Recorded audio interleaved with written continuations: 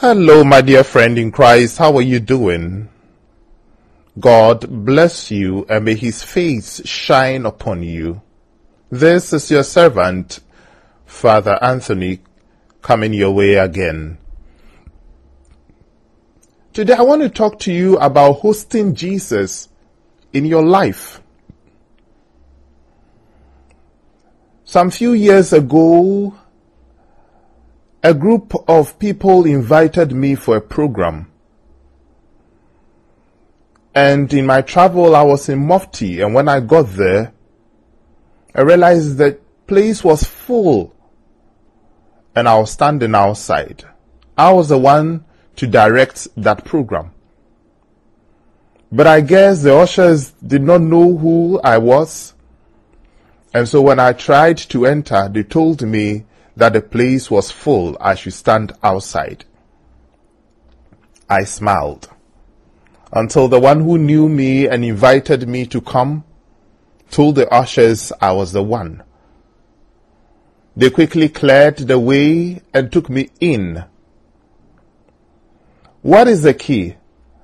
You can invite Jesus into your heart, but if you don't create the space, you can never host him. He will come, all right.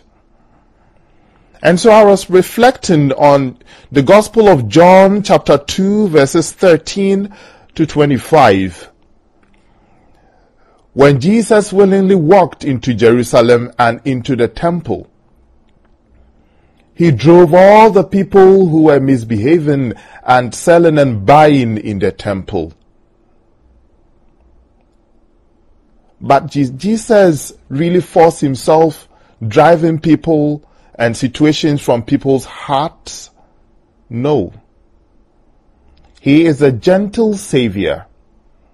And so Revelation chapter 3 verse 20 onwards will tell us that behold, the gentle Savior stands at the door of your heart and knock. That if only you would open him, he will come in. What is the key? You can have all the deliverance in the world to kick the devil out of your life.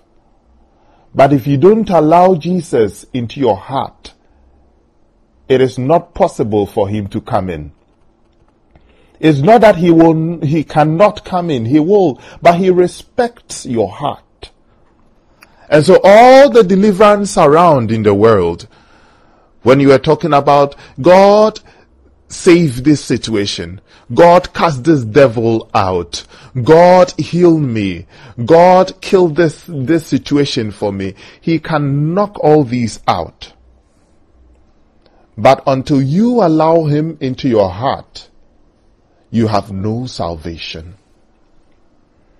And so, if you read with me Exodus chapter 20, verses 1 to 17, the basic ways of clearing your heart is there.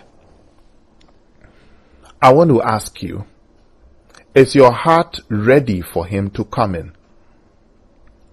Have you cleansed your heart? Have you created the space for Jesus to come and lodge, to come and stay in your heart?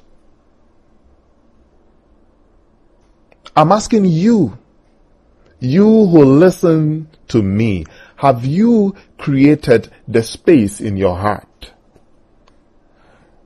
I believe you are not expecting Jesus to come into your heart and knock things out. No, he will not, because he respects you. He may knock the situations around you, the conditions around you, but your heart belongs to you. It is your private space, even though Jesus, God created it. And until you clear the heart, you have no salvation. And that is why, because Jesus' heart was so clean, in John chapter 2 verses 13 to 25, as we just mentioned, he says, no matter what, even if you kill this heart, if you kill this body, it will be rebuilt in 3 days. It means that he was a perpetual, victorious person. My dear, I don't know what you want, whether you just need power around you or you need the right authority from above. Nobody can kick your life out if you have created a space in your heart for him to stay. He is the rock.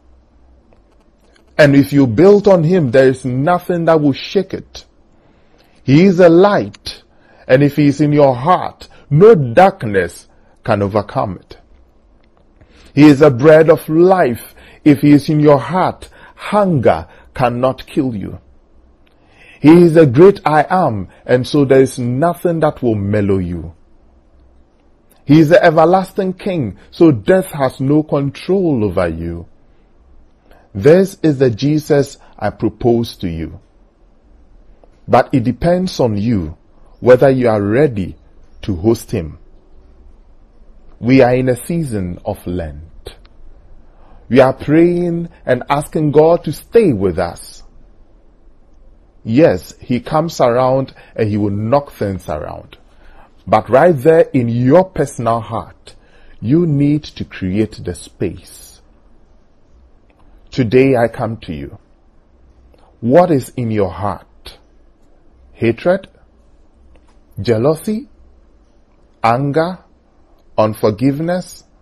Lust? Or what? You knock them out, and Jesus comes in to stay. I challenge you that he is going to make you who you are if you can cleanse the heart of yours. God bless you. May his face shine upon you, and may you hear my voice, just as in Revelation chapter 3, verse 20 says, I knock at your door. Listen to me. Listen to the Lord.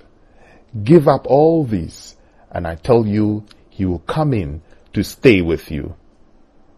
God bless you. I'll talk to you again. It was your servant, Father Anthony. Bye for now.